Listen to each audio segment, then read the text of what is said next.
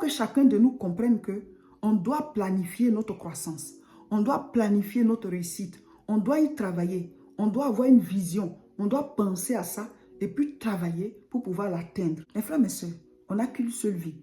On n'a qu'une seule vie. Planifiez votre vie. Planifiez votre réussite. Planifiez ce que vous voulez atteindre. Et ça, dans tous les domaines. Dans tous les domaines. Bonjour, cher peuple de Dieu. Soyez bénis, recevez le Saint-Esprit. Nous sommes toujours dans notre programme de jeûne et prière et ça se passe très bien. Nous ne sommes plus loin de la gare. Aujourd'hui, vendredi 26 janvier 2024, nous sommes au 19e jour. Et oui, 19e jour de notre programme de jeûne et prière. Bravo, bravo, bravo. La gare n'est plus loin, c'est dans 2 jours. Le dimanche 28 à 18 h, on va finir ce jeûne et on sera très, très, très heureux parce que Dieu nous aura beaucoup enseigné. Mais quand on descend du train, on monte dans le bus. On monte dans le bus spirituel. On va maintenir cette croissance-là durant toute l'année. On descend du train, on monte dans le bus. Ensuite, en mai, on va monter encore dans le train. Ensuite, dans le bus. En septembre, dans le train. Le train, c'est plus rapide. Donc, c'est les jeunes qu'on appelle le train. Et puis après ça, on va maintenir le suivi spirituel de groupe, entre les jeunes. Donc, on va appeler ça le bus spirituel. Amen. Félicitations. Ah ouais, le jeûne se passe bien. Hein? Il faut que chacun applique tout ce qu'on dit. Prier, 2 séances de prière en 24 heures. Prier, prier, prier. Aujourd'hui, chacun doit faire la prière dans la journée, mais surtout la nuit, il y a la mini-veillée d'1 heure. Il ne faut pas la rater. Ça fait de vous des hommes et des femmes de prière. Alléluia. Je vais lire le sujet de prière d'aujourd'hui. Aujourd'hui, nous lisons Luc chapitre 20 et Luc chapitre 21. On lit les 2 chapitres. Parce que dimanche, on finit le jeûne. Donc, ça va être Luc chapitre 24, on finit. Et voilà, on doit finir avec en même temps Luc. Aujourd'hui, vendredi 26 janvier 2024, nous lisons Luc chapitre 20 et aussi Luc chapitre 21. Mettez en commentaire ce que vous avez compris, c'est très important. Voilà, on vous apprend maintenant à lire 2 chapitres. Hein? Et le sujet de prière d'aujourd'hui, c'est « Au nom de Jésus-Christ, je combats ce qui combat mes grâces et je fais couler les grâces divines. Je combats ce qui combat mes grâces et je fais couler les grâces divines. » Alors, le thème de cette vidéo est « La croissance se planifie ». La croissance se planifie. On veut combattre ce qui combat nos grâces. On veut croître en grâce. La croissance en grâce. Mais tu dois savoir que ça se planifie. Ce n'est pas quelque chose qui va tomber comme ça sur toi et puis ça t'arrive, tu es en train de prospérer. Voilà, ce n'est pas surprise. Non, ça se planifie. On a dit que les grâces, ce sont les bénédictions. Voilà, ce qui sort de nous, ce que Dieu nous donne et ce qui sort aussi de nous. Donc, les bénédictions, les bonnes choses, tout ce que tu peux réaliser autour de toi, ce sont des grâces. Donc, on veut croître dans la grâce. Mais ça se planifie. La croissance se planifie. C'est quelque chose qui s'organise. C'est quelque chose qu'on programme. Ça ne va pas te tomber dessus comme ça pour t'arriver. Tu dois programmer. Pour que tu réussisses, pour qu'il y ait de bonnes nouvelles, pour qu'il y ait de bonnes choses, là, tu dois planifier. Tu dois t'organiser. Tu dois travailler à ça. C'est comme quand tu es à un sommet et puis tu veux te retrouver par terre. Il suffit que tu te laisses aller, tu coules, tu te retrouves par terre. Mais pour pouvoir grimper là, ce n'est pas quelque chose où tu te laisses aller puis tu te retrouves en haut. Hein. Tu vas fournir des efforts, tu vas t'organiser, tu vas planifier. C'est même une décision que tu vas prendre pour te retrouver au sommet. Donc, pour pouvoir croître, pour pouvoir avoir de la croissance, surtout dans tous les domaines, il faut planifier. Tu ne peux pas faire ce que tu n'as pas préparé. Tu ne peux pas atteindre une cible que tu n'as pas visée. Luc 14, à partir du verset 28. Car lequel de vous, s'il bâtit une tour, ne s'assied d'abord pour calculer la dépense et voir s'il a de quoi la terminer. Verset 29. De peur qu'après avoir posé les fondements, il ne puisse l'achever et que tous ceux qui le verront ne se mettent à le railler. Ne se mettent à le railler en disant « Cet homme a commencé à bâtir et il n'a pas pu achever. » Voilà. Donc, chers frères et sœurs, ici, on nous parle de la planification. Le Seigneur dit que quelqu'un ne peut pas se lever comme ça pour chercher à bâtir une tour ou bien une grande maison ou bien, voilà, une villa ou bien en tout cas un projet, il ne peut pas se lever comme ça pour dire, il commence à construire et puis il n'a pas d'abord calculé la dépense et il commence à construire. Et maintenant, il met tout ce qu'il avait comme ressources et il est bloqué, il ne peut pas terminer. Donc les gens vont commencer à se moquer de lui, ce sera les railleries autour de lui, les gens vont rigoler pour dire voilà, il a commencé, il n'a même pas achevé. Pourtant, c'était bien de commencer, mais il n'a pas achevé. Donc la Bible dit, si tu veux atteindre tes objectifs, si tu veux réaliser de grandes choses, il faut d'abord t'asseoir, calculer les dépenses.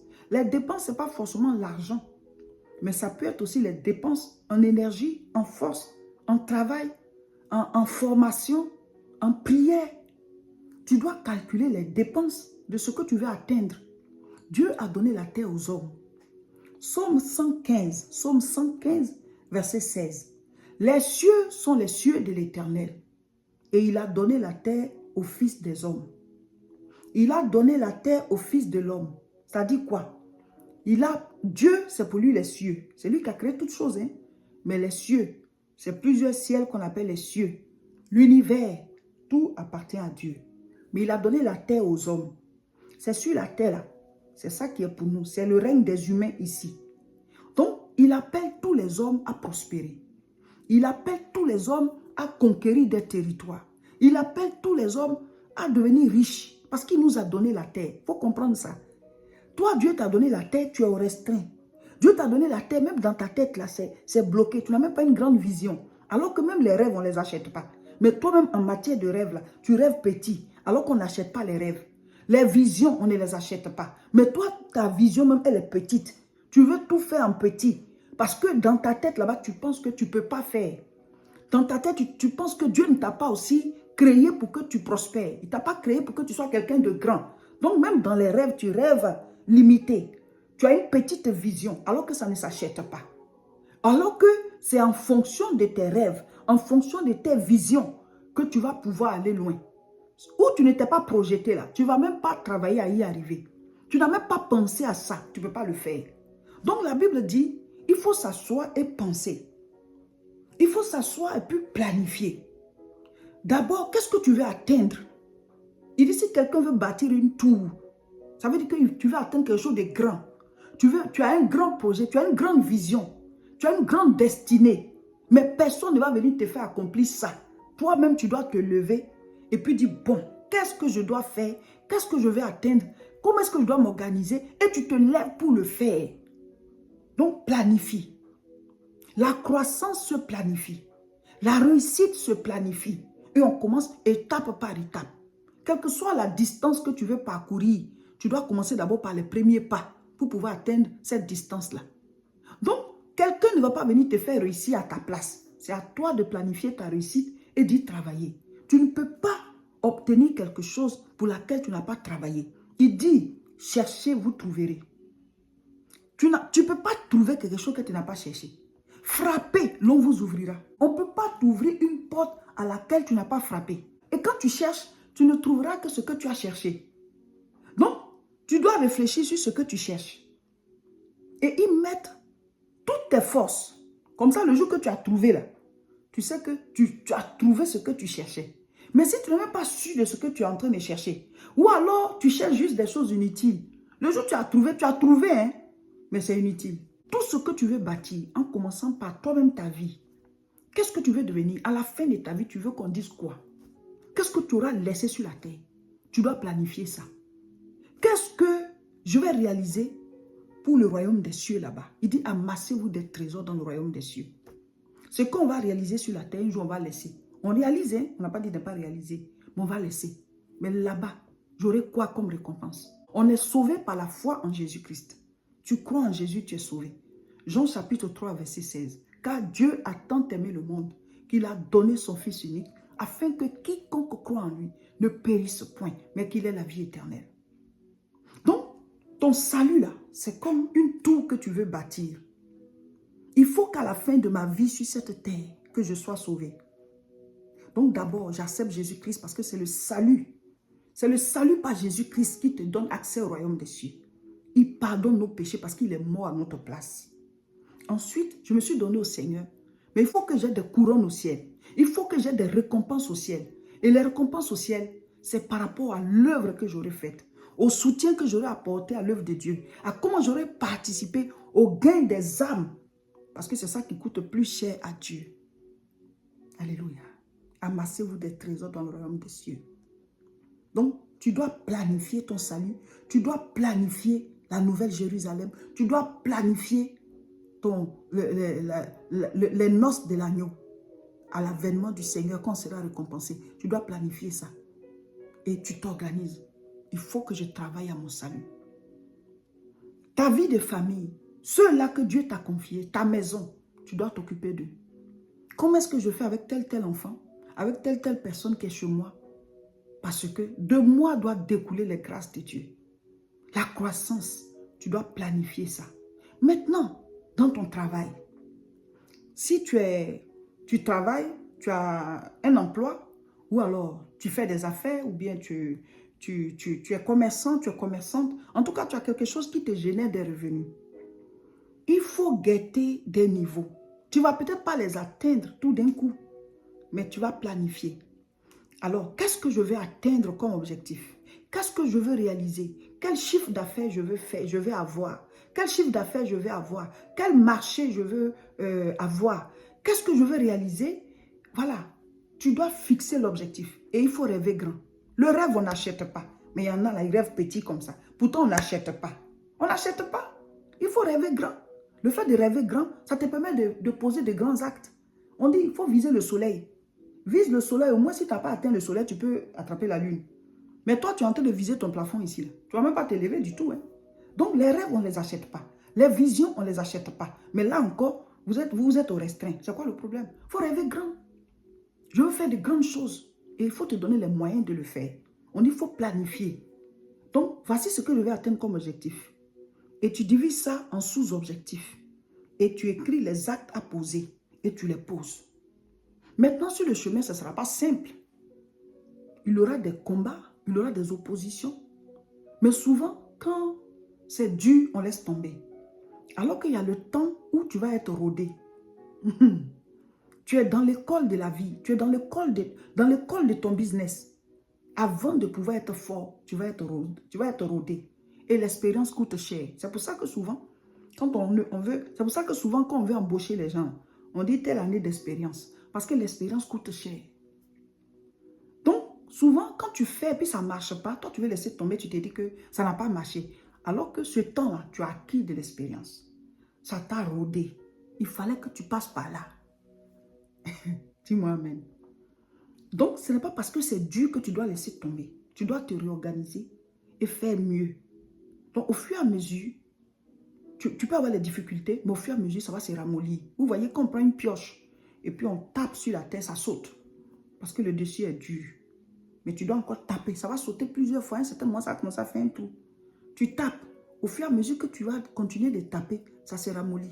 Après, tu vas trouver la boue. Tu vas continuer jusqu'à l'eau va sortir. Mais la vie, c'est comme ça. En toute chose, au départ, c'est dur. Mais si tu es persévérant, tu vas y arriver. Si tu es persévérant, tu crois en Dieu, tu pries pour ton travail, tu pries pour tes activités. Je parle en gros parce que je ne sais pas dans quel domaine chacun de vous se trouve. Tu prends ce que je dis et tu appliques à ton domaine. Soyons fortifiés, soyez des hommes et des femmes qui planifient. C'est pour ça qu'il ne faut pas être distrait.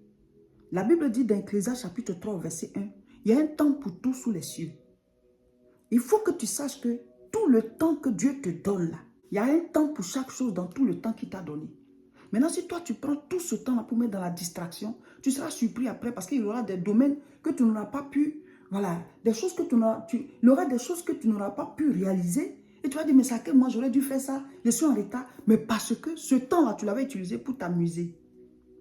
Même pour s'amuser, là, le temps, il doit être défini. Le temps du repos doit être défini parce que le corps, là, ça a besoin de se reposer. Mais on ne se repose pas à l'infini, on ne s'amuse pas à l'infini. Il y a un temps où on s'amuse. Mais il faut plus travailler. Il faut être sur ses projets. Il faut être en train de réfléchir, réorganiser les choses. Parce qu'à la fin de ta vie, toi-même, là, tu vas te faire un bilan. Il y a des gens qui pleurent à la fin de leur vie. Parce qu'ils ont gaspillé du temps. Ou bien ils se sont laissés distraire par des gens qui sont dans leur vie, des amis, des gens qui te font perdre du temps. Et tu n'as pas pu faire ce que tu devais faire. ou bien qui sont là pour t'empêcher. Ils te donnent des idées, ils t'effraient. Non, non, ça là. Et puis, tu laisses tomber. Tu marches avec qui? Tu te fais accompagner par qui? Tu écoutes qui? Alléluia. C'est pour ça que je dis quand on va sortir du train, on monte dans le bus. Il faut qu'on entretienne la croissance là. Vous allez avoir des résultats, mes frères, mes soeurs. Vous allez avoir des résultats. Planifie et reste concentré dans chaque domaine de ta vie. Il faut que ta vie soit une réussite à chaque niveau. À chaque niveau. Croissance à tous égards. Mes frères, mes soeurs, Dieu, il a oint chacun de nous dans un domaine. Trouve ton domaine. Trouve ton trône et règne. Trouve ton trône et règne. Trouve ton chandelier et brille. Et mon mari et moi, nous sommes des serviteurs de Dieu. Et si Dieu a permis que tu tombes, voilà, sur nous, sur une de nos vidéos, et puis aujourd'hui, tu fais partie des programmes que nous faisons, ce n'est pas un hasard. Peut-être que tu as besoin de ça pour rentrer dans ta percée. Tu as besoin de ça pour organiser ta vie spirituelle. Tu as besoin de ça pour être un véritable chrétien. Alléluia. Donc, il n'y a pas de hasard avec Dieu. Et en tant que serviteur, nous sommes appelés à installer l'église La Moisson partout. Et nous lançons l'appel. Ce jeûne qu'on va finir, chacun de nous doit sacrifier. Il n'y a pas d'adoration sans offrande. On en a parlé hier. L'église La Moisson a des projets pour l'œuvre de Dieu. Sois parmi ceux qui soutiennent cette œuvre. Tu vas donner ton offrande d'action de grâce et rentre dans les alliances financières. Chaque mois, tes dîmes, tes offrandes pour les charges et aussi pour les projets. Et on vous montre les images. Donc, vous devez enregistrer notre contact. Le guichet unique 0033 7 51 51 25 16. Il faut l'avoir dans votre WhatsApp et vous nous écrivez. On vous donne les coordonnées. Si ce n'est pas virement, si ce n'est pas dépôt, si ce n'est pas transfert, vous le faites. Mais quand chacun de nous va finir ce jeûne, sacrifie. Et nous avons de grands projets. Devant Dieu, ce n'est pas grand. Dieu va toucher chacun de nous et chacun va donner sa part. Alléluia. Le jeûne est puissant. Recevez la grâce du Seigneur. Que le Seigneur vous amène à planifier. La croissance se planifie. Pensez à des territoires et allez en conquête. Je vais avoir telle chose. Je vais me battre pour telle chose. Et tu y travailles. Dieu va te donner la force. Tu pries, tu agis. Tu pries, tu agis. Tu pries, tu agis. C'est comme ça. Et les résultats vont venir. Alléluia. Le jeûne est puissant. Ça chauffe dans le train. Ça chauffe dans le train. On n'est plus loin de la gare. Ce samedi, nous avons la formation L'école des disciples. Ce samedi 27 janvier 2024 à 14h30, groupe 1, 17h, groupe 2. Venez à la même salle là où on fait la croisade. Vous connaissez déjà, c'est là-bas qu'on fait la formation. Ne la ratez pas. On est en train d'aller vers la fin de votre formation. On va faire la sortie et vous allez passer au niveau 2. Et ceux du niveau 2 vont passer au niveau 3. Donc, niveau 2, niveau 1, 14h30, niveau 2, 17h. Et nous allons permettre à d'autres de s'inscrire pour commencer la formation au niveau 1. Voilà. Donc, ce samedi, tous à Aubervilliers, ceux qui sont inscrits pour faire la formation. Le lendemain, dimanche 28, il y a un culte spécial ici pour la fin du jeûne. Et le jeûne va finir à 18h. On fait le culte de 10h à 13h et on continue le jeûne jusqu'à 18h. Et on va mettre en ligne une vidéo de fin de jeûne, de bénédiction pour tout le monde. Amen. Mais pour l'instant, on est toujours dans le train et la gare n'est plus loin. C'est ce dimanche 28 à 18h. Abonnez-vous à nos chaînes. Le mercredi prochain, le direct qu'on va faire là, c'est spécial témoignage. Que Dieu vous bénisse et partagez massivement la vidéo. Le jeûne, c'est jusqu'à la gare et la gare n'est plus loin.